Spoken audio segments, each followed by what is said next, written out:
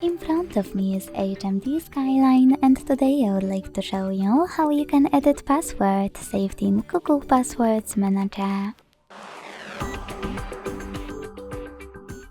Begin by launching Settings and scrolling all the way down to access passwords and accounts.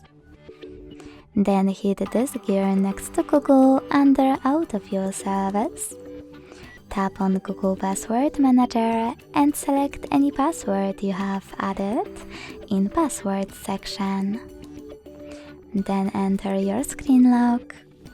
Tap on Edit button and change whatever you want to. When you finish, hit Save at the top right corner. As you can see, after that, my password was successfully added. Thanks so much for watching. If you enjoyed this video, leave a like, comment and subscribe. Bye!